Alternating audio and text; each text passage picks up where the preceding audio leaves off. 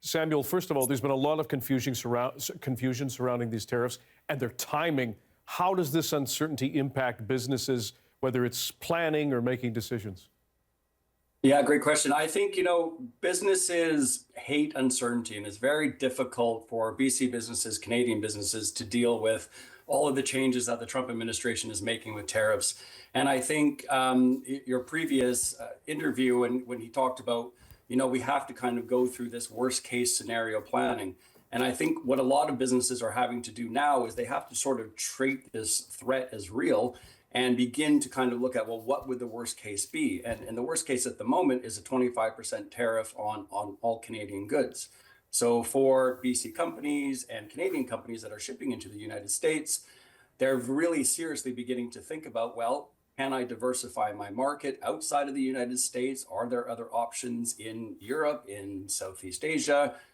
Do I have other opportunities to look for suppliers as well outside of the United States? And I think the threat of the tariff is almost as bad as the tariff itself.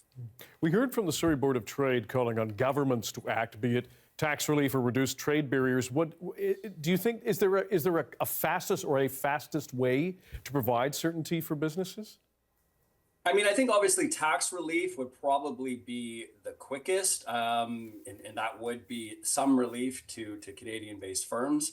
The reduction of interprovincial trade barriers is a significant one, and I do think that could be something that the Canadian government at a provincial and federal level could really be pushing hard and fast at the moment to make sure that those barriers come down.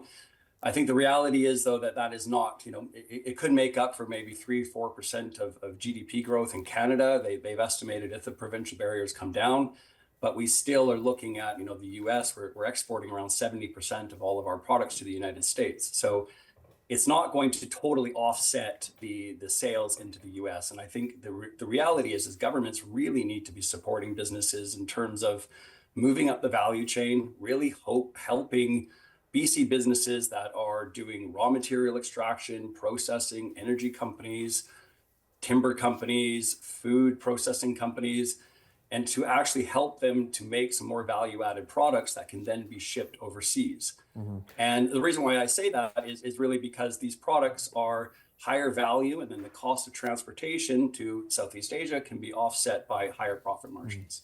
Samuel Orozco, we appreciate your time and your expertise. Thanks for joining us. Thank you.